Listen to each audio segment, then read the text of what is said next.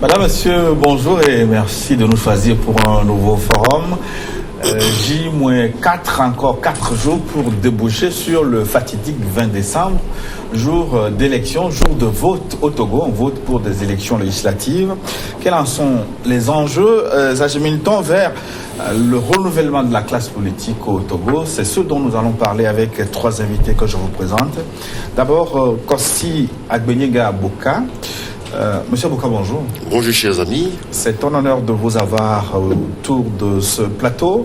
Vous êtes le président de la délégation spéciale de la préfecture du Golfe et puis candidat aux législatives, candidat du parti au pouvoir, Union pour la République. Oui, effectivement, je le suis. Merci d'être là avec vous. Moïse Nyonfamani. Moïse, bonjour. Bonjour, Gilles. Moïse, vous êtes candidat, jeune candidat aux législatives. Vous représentez le nouvel engagement togolais, le NET, un parti d'opposition. Oui, en effet. Et puis notre troisième invité, lui n'est pas candidat, Foli Gada Ekwe. Docteur Foli, bonjour. Bonjour, monsieur Boko. Un habitué de cette émission, vous êtes conseiller spécial du président de l'Union des forces de changement, UFC, qui participe à ces élections législatives. Alors, si vous voulez bien, je voudrais qu'on analyse, on commente un peu le déroulement de la campagne électorale qui s'achève dans 2-3 jours. Une campagne, on va dire un peu timorée, non? Vous avez vu comment les choses se sont déroulées, président Aboka. Comment appréciez-vous le déroulement de cette campagne? Pas trop calme? Et merci beaucoup, monsieur Gilles. Je suis très confiant. Vous savez, nous avons commencé les élections, la campagne pour les élections législatives qui vont se dérouler le 20 décembre prochain. Nous avons fait le tour de toute la ville de Lomé, de ses environs. Parce que vous êtes candidat à Lomé. Je vous rassure que tout se passe très bien. Et les quartiers tels que Bay, Baguida, et Toblekofé, que des gens qualifiés de quartiers de l'opposition, je vous assure qu'arrivé là-bas, nous étions accueillis à Nero. Nous étions bien accueillis. Les jeunes sont sortis massivement pour nous accueillir parce que ils ont vu en nous des libérateurs. Parce qu'aujourd'hui, la jeunesse veut la paix. Elle veut le développement. Elle veut que ce pays aille vers le développement. Et je vous rassure que nous sommes dans les quartiers qui sont qualifiés de quartiers de l'opposition. Nous étions accueillis en héros, en libérateurs. Je vous rassure que la campagne se passe très, très, très bien. Oui, mais ça, c'est Lomé. Et puis l'intérieur du pays, est-ce que vous en avez les échos? J'ai eu les échos des préfectures de l'intérieur. Monsieur Gilles, tout va bien. Mais est-ce que vous n'êtes pas... comment on va dire ça? Vous n'avez pas écrasé la campagne électorale. On voit unir et puis les autres sur le terrain, parce que moi je n'ai pas beaucoup vu les autres. Mais c'est qui les autres? vos concurrents, les autres partis qui sont candidats. Mais vous savez, j'ai ici devant moi le NET qui est là. J'ai ici devant moi l'UFC qui est là. C'est des partis de l'opposition également qui veulent que ce pays aille de l'avant. Ils sont là, c'est les concurrents. Ce que je voulais dire, est-ce que les moyens de campagne ne sont pas disproportionnés? Non, pas du tout. La loi est claire. Pas du tout. D'accord. Moïse Nyonfam, moi je parlais du caractère un peu timoré de cette campagne. Est-ce que vous avez vu tous les candidats bouger comme il faut? Est-ce que cette campagne n'a pas manqué de mordant? Merci pour la question. D'abord, je dois dire que nous ne sommes pas entrés en campagne pour observer les autres. Nous ne pourrions que d'abord parler de nous. Et honnête, nous avons quand même démarré la campagne, mais nous n'avons pas mis tout ce qu'on devait y mettre en termes de passion, en termes de cœur, parce que justement la situation sociopolitique de notre pays ne nous permet pas de faire cette campagne-là dans un élan de festivité comme on l'aurait pu l'imaginer. Et il faut rappeler qu'il y a des situations, notamment celle du samedi, qui nous a refroidis. Et donc, dire vous parlez des manifestations interdites de l'opposition qui ont occasionné des morts. Exactement. Donc, je dois dire qu'au-delà de notre volonté de conquérir l'électorat, nous sommes effectivement confrontés à la misère des Togolais que nous avons côtoyé au cours de ces quelques jours. Ce n'est pas parce que nous n'en savons rien du tout avant, mais cette proximité nous a permis encore de toucher du doigt certaines réalités. Nous aurons peut-être l'occasion au cours de cette émission de revenir là-dessus. Vous avez découvert la misère des Togolais, dites-vous, mais également peut-être la limite de vos moyens. Vous êtes seulement candidat dans 13 circonscriptions, il me semble. Oui, absolument. Ça veut dire que vos moyens sont limités. Mais est-ce que votre cagnotte vous a permis de battre campagne partout où vous avez voulu? Quand vous regardez tous les candidats, pour ne pas dire quand vous prenez tous les partis politiques qui ont déposé des listes, vous verrez qu'effectivement nous sommes un parti pauvre, mais c'est parce que nous ressemblons véritablement aux Togolais lambda. Voilà la réalité. Ekofoli, comment s'est déroulée la campagne de l'Union des forces de changement? Bon, merci. Je dois dire que l'UFC a mené une campagne très surprenante, en ce sens que depuis 5 ans, l'UFC a été un peu absente du terrain, du territoire. Et donc nous avons conçu une activité de pré-campagne à travers une série de conférences publiques pour réveiller un peu notre base et créer un certain engouement. Et je crois que les turpitudes de la C14 nous ont beaucoup aidés, puisque durant le mois d'octobre, vers novembre, nous avons été pris de mire par les critiques de cette opposition-là, et ça nous a permis de réveiller un peu notre base. Bon, maintenant, la campagne elle-même, on n'a pas tellement souffert de manque de moyens. Nous faisons une campagne à la mesure de notre politique. L'UFC est présente en 21 circonscriptions et nous faisons le maximum. Mais je dois saluer, comme vient de le faire mon collègue avocat de UNIR, l'engouement des populations. Les populations étaient très, très chaudes, très accueillantes, aussi vis-à-vis de l'UFC. Donc, vous savez, l'UFC, c'est une longue tradition, c'est comme une religion, et c'est peut-être les messages qui changent de contexte en contexte. Donc voilà, nous avons fait une belle campagne. La campagne, aujourd'hui d'ailleurs, nous avons un meeting à Ebé, et ça continue jusqu'à mardi soir où nous ferons notre bilan définitif. Voilà. Mais tout le monde parle de campagne bon enfant, mais j'ai vu des images circuler notamment sur des réseaux sociaux où dans certaines localités des accueils pas très chaleureux vous ont été réservés, aussi bien à UNIR qu'à l'UFC. Je ne sais pas si ça a été le cas du nouvel engagement togolais, M. Aboka. Bon, je peux dire que vous étiez présent sur les lieux quand nous allons dans la meeting, vous étiez présent. Donc vous avez les images qui sont là, vous pouvez vérifier. Hein. En tout cas, nous avons fait une bonne campagne. J'ai vu des populations accueillantes, très engagées pour le développement de ce pays. Il n'y a pas eu des animosités dans certaines localités? Pas du tout. C'est des racontars. C'est des gens qui sèment de la terreur, qui disent tout cela. Je vous dis que nous étions à Ebé, Ebé Centre, Ebé Est. Nous étions à Motivé, nous étions à Kotokoli-Zongo, des zones qualifiées de zones de l'opposition. Je vous dis que nous étions accueillis en héros, en libérateur de ce peuple qui est pris. Libérateur, qu'est-ce que vous voulez dire? Oui, vous savez, au Togo aujourd'hui, il y a des gens qui sèment de la terreur, qui pensent que le Togo leur appartient, et qui, vous le savez très bien que moi, qui manipulent la jeunesse tout le temps, qui les trompent. Et ces gens-là, c'est eux qui parfois disent des choses que vous avez sur les réseaux sociaux. Vous savez, nous sommes allés, on est accueillis en libérateur par les populations. Parce que quand on sait que vous êtes parti au pouvoir, vous avez longtemps dirigé le Togo, et que les populations vous accueillent en libérateur, je trouve...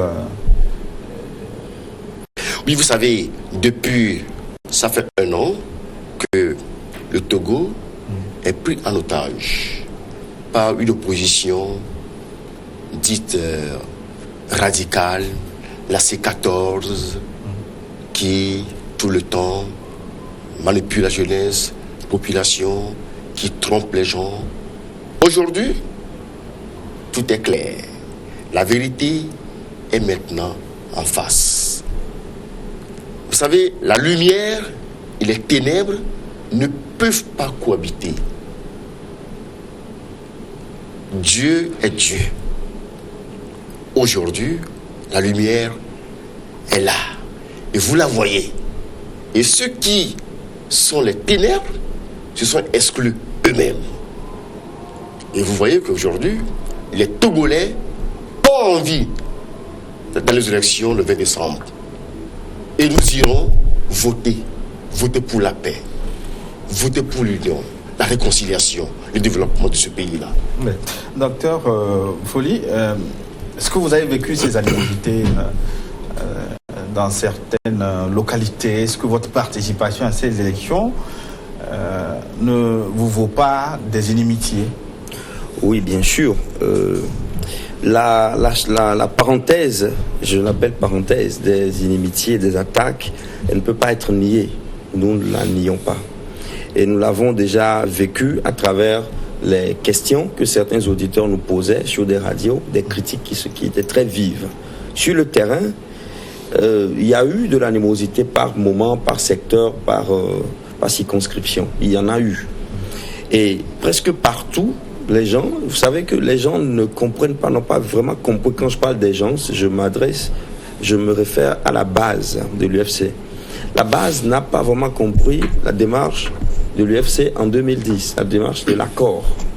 Jusqu'aujourd'hui, quand nous allons sur le terrain, le premier thème que nous abordons, c'est pourquoi vous avez signé un accord avec le RPT que vous avez vous-même démonisé pendant des décennies. Comment se fait-il que vous ayez signé un accord avec eux? On répond toujours à cette question-là.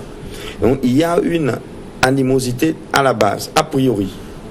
Et c'est lors des échanges que les gens se rendent compte, parce qu'aujourd'hui, tout le monde il a bien dit, tout le monde a vécu l'insurrection du PNP. Les risques que le Togo a courus, les morts que nous avons enregistrés. Et tout le monde s'est imaginé un peu l'issue d'une lutte politique dans la belligérance. Et les gens ont compris, avec le recul, que peut-être que la démarche conciliante de l'UFC vis-à-vis du RPT, aujourd'hui UNIR, est la démarche qui sauvera ce pays. Absolument.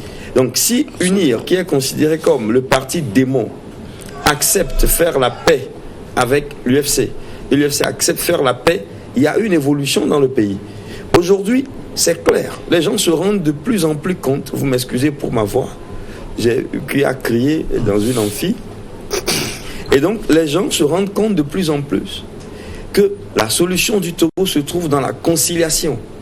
Une politique faite avec des gens qui respectent la loi, qui sont dans le cadre des lois de la République. Bon, maintenant, nous avons toujours réussi à convaincre les récalcitrants, parce que ce n'est pas difficile. On n'a rien à cacher. L'UFC a eu 7 ministres, ensuite l'UFC a eu 2 ministres. Aujourd'hui, les gens disent qu'on a 1 ministre et demi, pour ceux qui nous critiquent, mais nous savons que tout ce que l'UFC a perdu en termes de plumes, si ce n'est pas l'UFC qui en recueillera la récompense, les répercussions positives, ce sera d'autres partis, comme le NET, comme d'autres la clé, comme plusieurs autres partis qui vont bénéficier de l'apaisement, la vie politique que quand même l'UFC et le RPT ont semé. Donc je ne nie pas qu'il y a des hostilités, mais j'ajoute que nous avons toujours réussi à expliquer à notre base les raisons de notre démarche et pourquoi ils doivent toujours nous faire confiance. Si aujourd'hui, vous savez, si aujourd'hui le Togo est redevenu un pays paisible, parce qu'il n'y a plus de grabuge, il n'y a plus de troubles. Mais dire qu'il n'y a plus de troubles, est-ce que c'est pas trop dit? Mais non. Pas plus tard qu'une semaine, il y a eu des manifestations violentes avec... mais non, c'est une petite goutte dans une grande mer, comparé à ce qui arrivait en août-septembre 2017. C'était tous les services du pays en alerte. Aujourd'hui, peut-être qu'on ne perçoit pas encore la gravité de ce qui s'est passé en 2017. Avec le temps, peut-être l'année prochaine, 2020, au-delà, les gens vont comprendre ce qui se préparait et le risque de basculement que le Togo a couru en 2017. Aujourd'hui, il n'y a plus ce spectre sur notre pays. La communauté internationale, une certaine communauté internationale est intervenue. Il y a eu des facilitateurs, une espèce de médiation qui ne dit pas son nom. Et on sait aujourd'hui que ceux qui sont dans la contestation, dans les velléités, dans le sac, ils ne sont pas dans le processus. Et ils se sont exclus eux-mêmes. Alors, si vous avez, M. Bokor, si vous avez deux boxeurs qui se battent, à un moment donné, l'un se retire du ring. De fait, il y a la paix, il y a la tranquillité. Parce que ce n'est pas une paix illusoire. Hein, je ne crois pas du tout. Quand on prend, parce que j'ai discuté avec certains candidats ce week-end, qui me disaient qu'à l'intérieur du pays, dans leur circonscription, ils ont du mal à battre campagne, parce que selon eux, leur ville... certaines villes sont assiégées. On m'a parlé de Bafilo, de Sokolo, etc., où les populations ont fui. Est-ce qu'on peut, en considération de ces données, dire que tout est paisible? Non. Alors, pour arriver à la paix paisible, si vous permettez le néologisme, à la paix paisible, il faudrait un peu de temps. Parce que nous sommes en train de sortir d'une crise tumultueuse. Mais, vous serez d'accord avec moi que nous ne sommes pas dans une situation de conflit, une situation tragique comme celle qu'on a vécue l'année passée. Bientôt, il y aura les élections. Le 20 décembre, il y aura les élections. Après les élections, la classe politique, le législatif va se renouveler. Et peut-être même une partie de l'exécutif. Et donc, le débat dans le pays va changer. Il y aura un autre type de débat. Les réformes seront faites. Vous allez voir, il y aura un changement. Maintenant, ceux qui vont continuer à marcher, nous disons que ce n'est pas du nouveau Togo. L'ANC de Jean-Pierre Fabre a marché pendant 3 ans et demi. Bon, on arrondit cela à 4 ans, mais c'est 3 ans et demi, pour réclamer une présidence qui leur reviendrait à l'issue d'une élection dont ils n'ont pas pu prouver qu'ils ont été trichés. Mais à la fin, les personnes se fatiguent, les gens se fatiguent. Dernièrement, j'ai entendu une chroniqueuse de la C14 qui disait « Mais cette population, on ne la comprend pas. Lorsqu'on lui dit de sortir, elle reste à la maison. Lorsqu'on fait Togo mort, ils sortent. » Bon, ça c'est de l'aveu même de ceux qui ont organisé l'insurrection dans le pays. Ça montre que les gens sont fatigués. Le Ghana est fatigué, la Guinée est fatiguée, les Français, les Américains, le G5. Tout le monde veut que ce truc finisse en 2018. Je crois que c'est le chemin de la lumière, c'est le chemin de la paix. Oui. Moïse Nyonfam, quand je préparais cette émission, quand j'ai envoyé les posts annonçant l'émission, j'ai eu quelques retours qui m'ont dit qu'ils souhaitent plutôt un débat contradictoire, que pourquoi j'amène les mêmes tendances autour de la table. Ça veut dire que dans certains milieux, on vous considère tous comme étant du même bord. Est-ce que vous vous sentez dans ce schéma-là, Moïse Nyonfam? Merci beaucoup. En réalité, nous refusons de répondre à ces genres de questions qui sont malveillantes et bien organisées d'ailleurs par certains milieux. Pour nous, ce n'est pas important parce que, vous savez, je me souviens encore en 2015, il y a des gens qui sont aujourd'hui membres de la coalition et que certains membres de cette même coalition traitaient de proches du pouvoir, de béquilles, etc. Ça veut dire qu'en réalité, au Togo, on est béquille suivant que d'ici demain, on n'est pas d'accord avec ce que vous dites. Pour nous, ce n'est pas l'essentiel. Ce qui est important pour nous, c'est ce que nous pensons pouvoir apporter à notre pays, le Togo. C'est peut-être sur cela que les gens pourront mieux nous juger et ils pourront dire si oui, nous sommes X ou Y. Mais visiblement, vous avez le même adversaire en face. Docteur Efeu me parlait de turpitude en parlant de la C14. Le président Bokar parlait des ténèbres. Vous aussi, je suis sûr que vous n'en parlerez pas en des termes tendres. Ça veut dire que lorsque vous avez un adversaire commun, est-ce que vous n'êtes pas quelque part dans une forme de ressemblance? Vous pensez vraiment que c'est seulement des gens au niveau de la coalition qui peuvent... Je ne pense pas d'ailleurs qu'un leader de la coalition puisse entretenir ce flou-là. Peut-être en exagérant, oui. Mais je pense qu'il y a des gens toujours dans nos partis politiques, il y en a dans UNIR, qui nous attaquent également, qui nous taxent de tous les noms, parfois qui organisent certaines communications pour que d'autres personnes puissent nous taxer en cela. C'est-à-dire qu'on peut tout à l'heure prendre une photo avec le président Abouka et moi, et puis on balance sur les réseaux sociaux avec un commentaire, et ça dit autre chose. Mais nous pensons qu'on doit pouvoir sortir de cela. Ce n'est pas l'essentiel qui doit animer le débat politique. Ce qui doit animer le débat politique, ce sont les enjeux de développement. Je suis un peu gêné quand j'entendais tout à l'heure mon aîné de venir dire qu'ils ont été accueillis comme des héros. Moi je dis non, vous ne pouvez pas être accueillis comme des héros. Vous ne pouvez pas. UNIR ne peut pas être accueilli comme héros.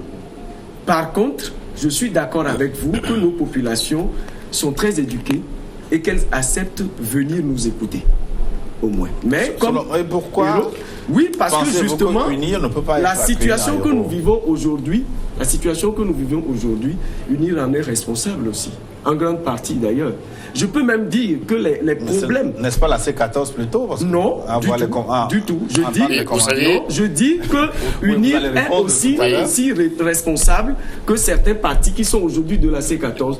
UNIR est aussi responsable que l'UFC lui-même. Parce que pendant longtemps, et je crois que le docteur Gada l'a reconnu, pendant longtemps, eux-mêmes, ils ont entretenu une certaine situation dans le pays qui faisait qu'on ne pouvait pas avoir de sérénité, on ne pouvait pas avoir de vision, parce qu'à chaque fois, il y avait des contestations, etc. On a juste déplacé un peu la chose de l'UFC à l'ANC, par exemple, aujourd'hui. Mais dans tous les cas, la vraie question qu'il faut se poser, c'est est-ce que véritablement les gens sont là juste pour contester, ou bien est-ce qu'il y a des situations que nous vivons dans le pays qui font que nous sommes obligés de contester à un moment donné? Je ne parle pas de la manière de contester d'abord, mais je dis, est-ce que les Togolais n'ont pas raison à un moment donné de dire que ça ne va pas? Le président Bouka, oui, vous savez, est contesté. Vous savez, je voudrais m'adresser à mon petit frère, M. Yafam. Il a raison de parler ainsi parce que, vous savez, il n'a pas l'âge que j'ai. Vous n'êtes pas si vieux que ça. Oui, bien sûr, oui, mais je suis son grand frère parce que nous avons vu la situation dans ce pays et je peux vraiment lui dire beaucoup de choses. Et il est mon petit frère, donc je suis plus âgé que lui. Et ce que nous avons vu dans ce pays, il ne l'a pas vu. De 90, 91, 92, 93 et 14. En ce moment, il était tout petit, tout jeune. Ce qu'on a vu dans ce pays, il ne peut pas en parler. On a eu une opposition qui, au départ, des gens croyaient qu'elle pouvait faire quelque chose. Dire que l'UNIR est l'auteur de la situation. Je n'ai pas dit l'auteur, j'ai dit l'un des auteurs. Je parle de tous ces acteurs-là qui ont travaillé depuis cette période-là. Monsieur Abouka, il aurait simplement fallu que l'APG soit appliqué, que nous n'aurions pas vécu ce que nous voyons aujourd'hui. Vous savez, en 1993, lorsque l'opposition togolaise on a fait les élections législatives dans ce pays-là, mais elle a gagné les élections. Au lieu de la gérer cette élection, le pouvoir à l'époque, mais ils ont décollé. Le RPT a semé la zizanie aussi, ça non, c'est pas cela, mon cher ami, M. Bokor. L'opposition à l'époque avait eu la majorité à l'époque et elle pouvait gérer le pouvoir à l'époque. Mais, vous savez, quand vous voulez gérer un pays pour vos intérêts personnels, Dieu ne l'accepte pas. Je me souviens au moment où le CAR et la CPP avaient eu la majorité nationale, l'UTD, oui. Mais ils auraient pu gérer le pouvoir.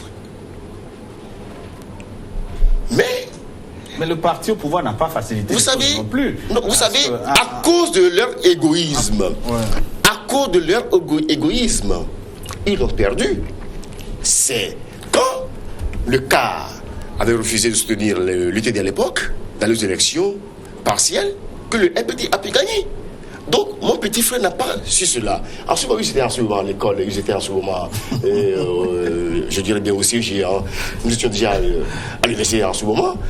Il n'a pas vécu le temps passé que nous avons vécu. Mais M. Abouka, ce qu'il dit, est-ce que l'UNIR ne se sent pas responsable de quelque manière que ce soit de cette crise l'UNIR n'est pas responsable de cette crise que nous avons au Togo aujourd'hui. C'est l'opposition qui clé la Cisanie au sein de notre population. Ouais, Moïse Jean-François. Non, je suis juste en train de voir le président Abouka battre en brèche ce que le président Fogna Simbe a dit à Tchévi, parce que à Tchévi, le président Fogna Simbe a reconnu qu'effectivement, ils ont une certaine responsabilité dans ce qui se passe. Et que ça n'a pas été dit de la même manière. Bon, vous savez, il a dit que la solution se trouve au sein... je pense Est-ce que vous pensez que la solution a un problème?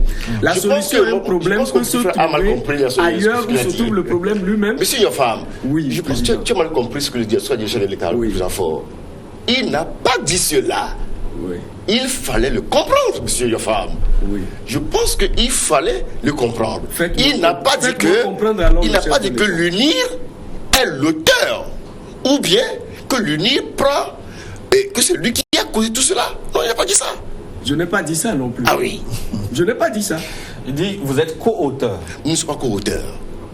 Avec l'opposition et nous-mêmes, parce que nous assumons aussi ce que nos aînés ont pu commettre comme erreur. Nous disons que nous aussi, nous avons, opposition, commis des erreurs, mais la plus grande partie des erreurs pour que nous nous retrouvions à cette étape, c'est vous. Peut-être, docteur, voilà. Et c'est en cela qu'aujourd'hui, même l'UFC du docteur Ekwe aussi a des problèmes. Parce que, vous savez, si on avait respecté un tant soit peu l'accord UFC RPT, je vous assure que nous ne serions pas dans cette position aujourd'hui. Quelque part, vous avez, même s'il y a eu des situations qu'on peut qualifier d'atténuantes, vous avez facilité la diabolisation de l'UFC. En quoi l'accord a été respecté?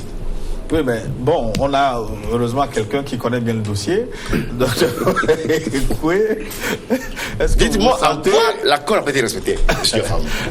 Bon, en fait, il y a le droit d'inventaire.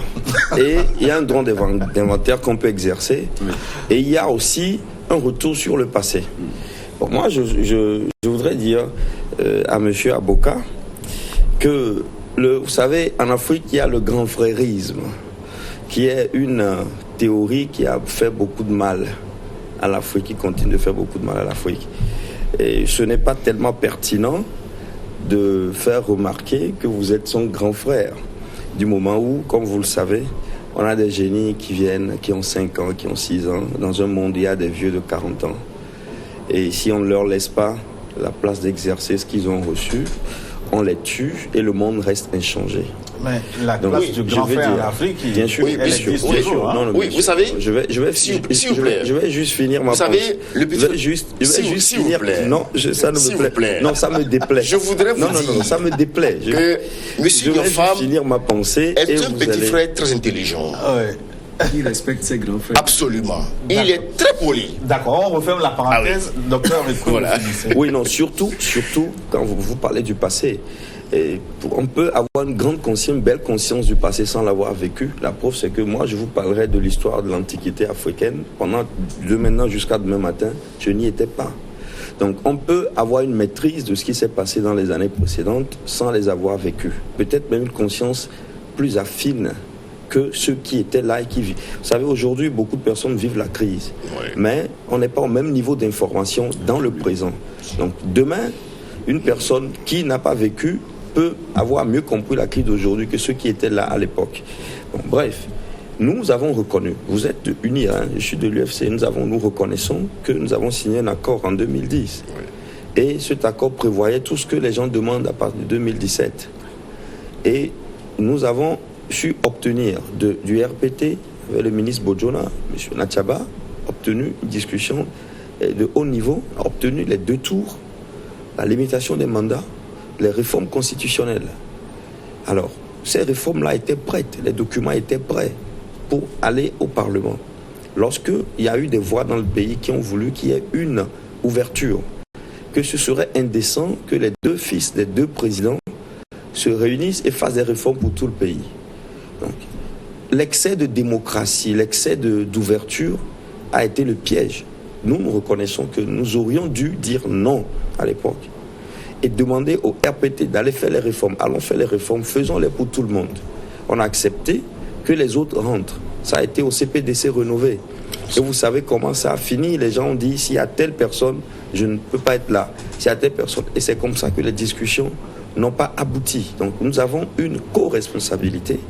Moi, je l'assume, je l'accepte. Une co-responsabilité. UNIR aussi devrait l'assumer. Maintenant, dans ce que vous décrivez, votre responsabilité n'apparaît pas vraiment. Non, notre responsabilité est une responsabilité. Vous semblez dire qu'il fallait ouvrir pour faire venir les autres, ce qui n'est pas... C'est une responsabilité de principe.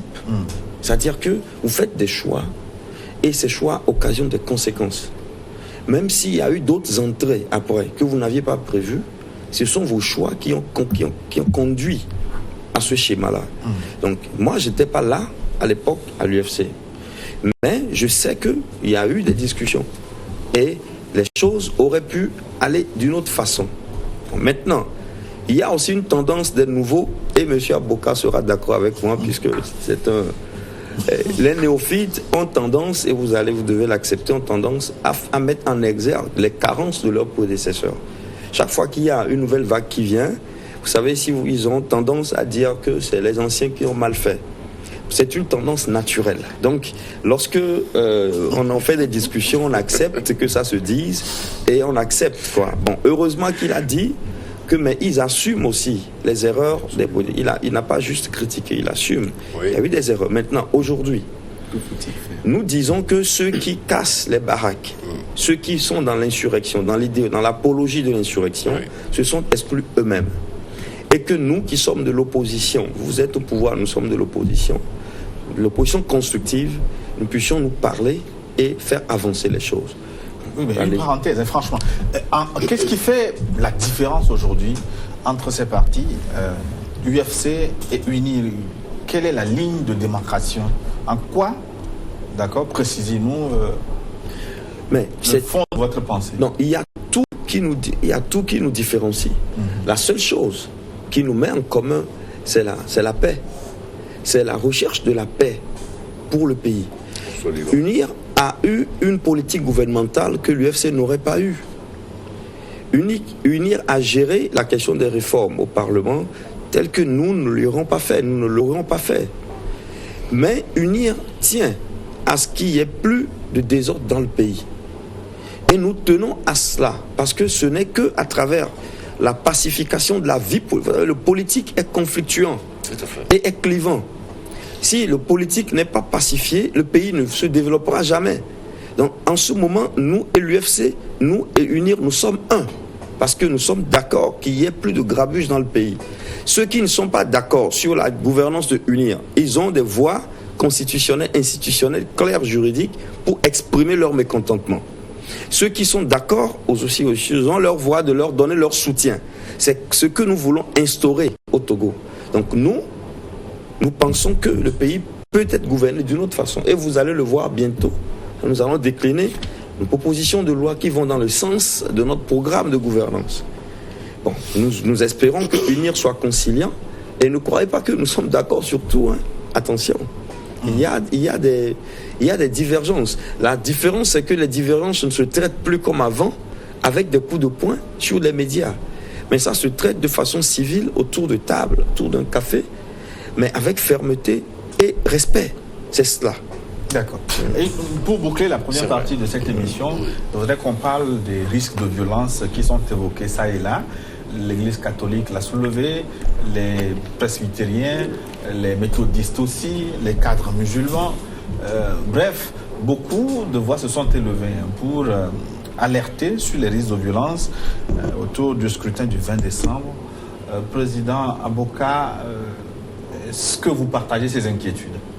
Vous savez, moi je suis très confiant, je sais que nous irons aux élections le 20 décembre et nous allons voter dans la paix. Et les Togolais sont fatigués. Comme l'a dit maintenant mon frère, ils sont très fatigués d'aller encore vers la violence. Et chez nous, à l'UNIR, nous n'allons pas accepter que quelqu'un perd encore sa vie qu'il meure à cause de la politique au Togo, on ne va pas l'accepter.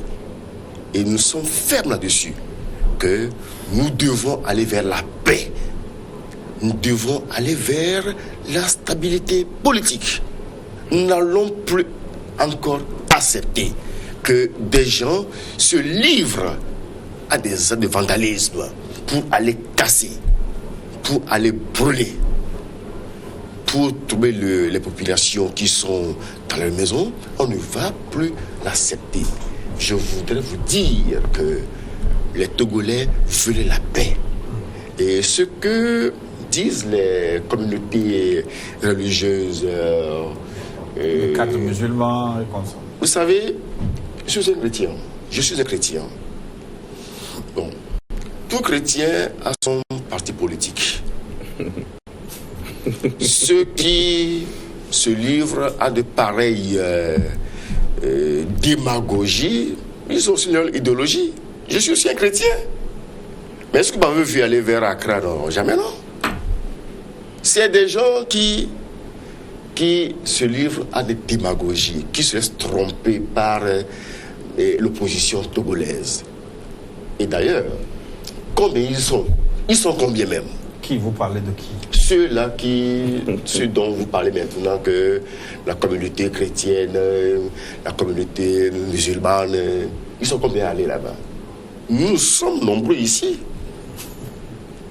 Il faut voir aujourd'hui ceux-là qui sont allés à Accra. On peut être en minorité et avoir raison. Est-ce que vous avez lu leur plaidoyer, leur démonstration? Vous savez, c'est de l'intimidation pure et simple. Il ne faut pas croire à ça. Ça ne va aboutir. Le Togo veut la paix. Et nous irons aux élections le 20 décembre. Quoi qu'il en soit, nous irons. Parce que, vous savez, je salue maintenant, lorsque je vois nos amis de l'UFC de l'UNET, je suis content parce que c'est des jeunes qui veulent la paix. Sinon, on ne serait pas ici aujourd'hui. C'est des partis qui veulent la paix pour ce pays-là. L'UFC, le NET. Je voudrais vous dire un grand merci. Parce que vous avez choisi la voie de la paix, de la réconciliation pour ce pays-là. Et il le faut. Il le faut. Nous n'avons plus le temps à perdre pour des futilités, pour le désordre. Ça suffit comme ça. La jeunesse est fatiguée. Mais ce faisant, est-ce que vous ne choisissez pas un peu votre opposition? Non. Vous savez, comment on peut choisir une opposition? Comment? Ça, c'est trop dire. Comment on peut choisir une opposition? Comment on peut faire ça, non? L'opposition togolaise n'est pas seulement l'ANC, n'est pas seulement le PNP. J'ai ici en face de moi l'opposition togolaise. J'ai ici le NET, j'ai ici l'UFC. Ce n'est pas seulement l'ANC, le PNP qui est l'opposition togolaise. Non, ça vous vous trompez.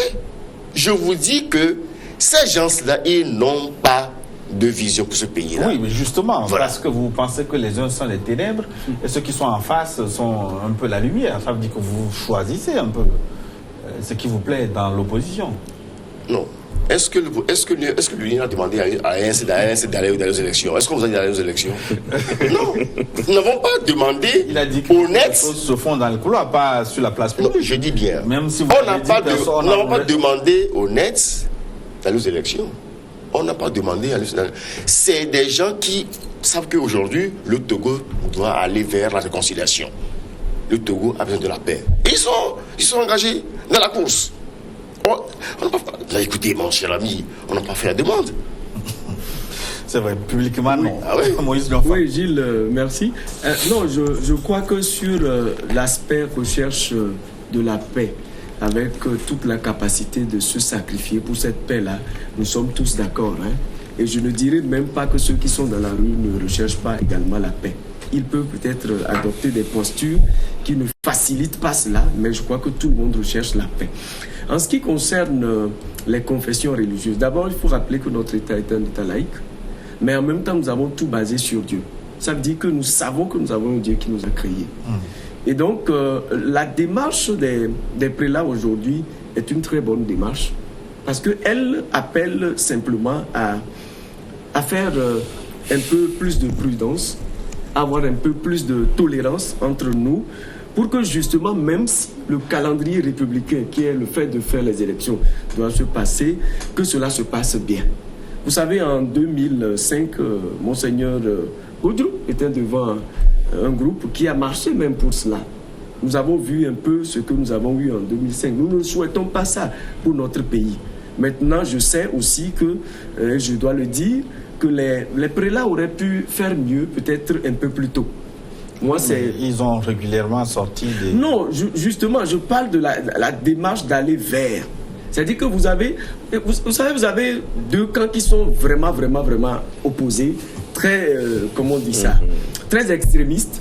Et donc, à un moment donné, vous savez... On a l'impression qu'ils sont inconciliables. Oui, sauf, c'est-à-dire que vous avez deux camps qui sont vraiment aux deux extrêmes.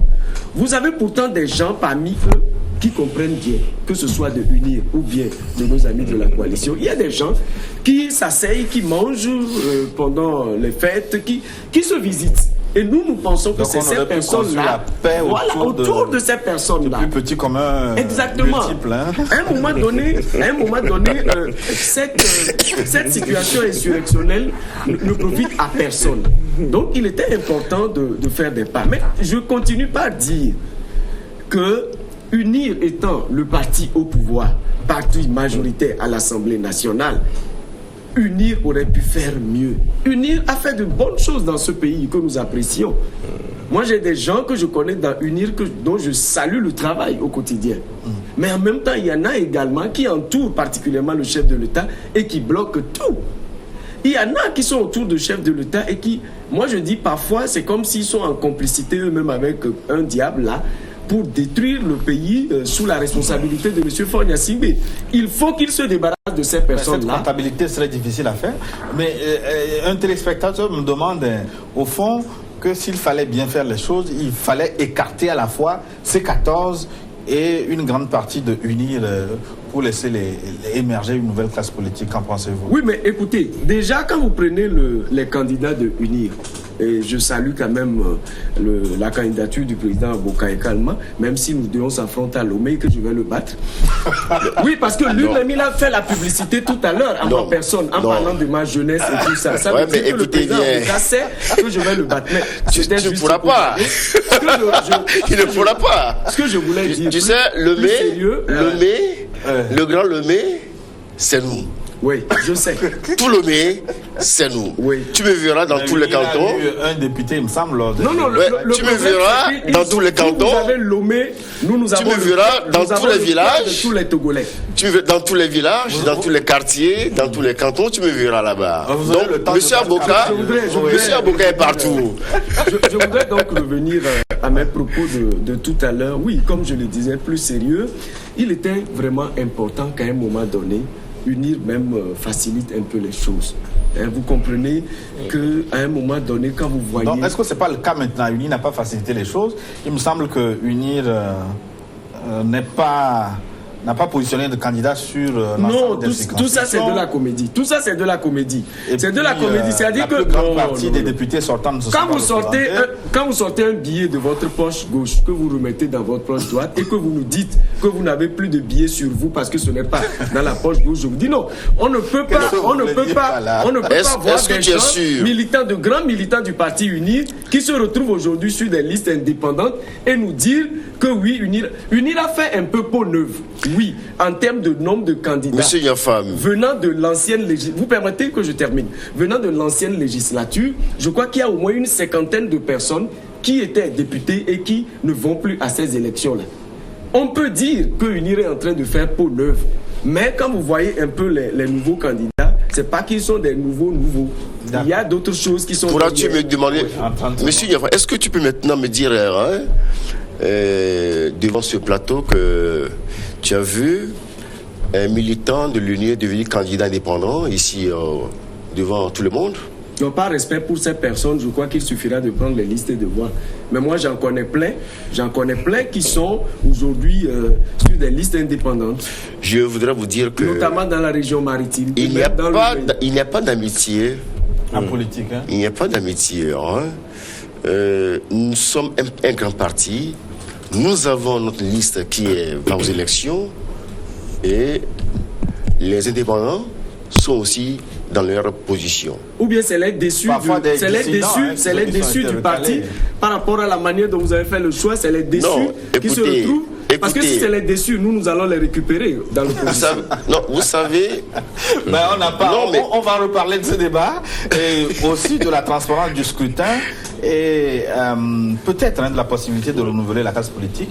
Dans la seconde partie de cette émission, on marque une pause pour une nouvelle édition du journal. A tout de suite.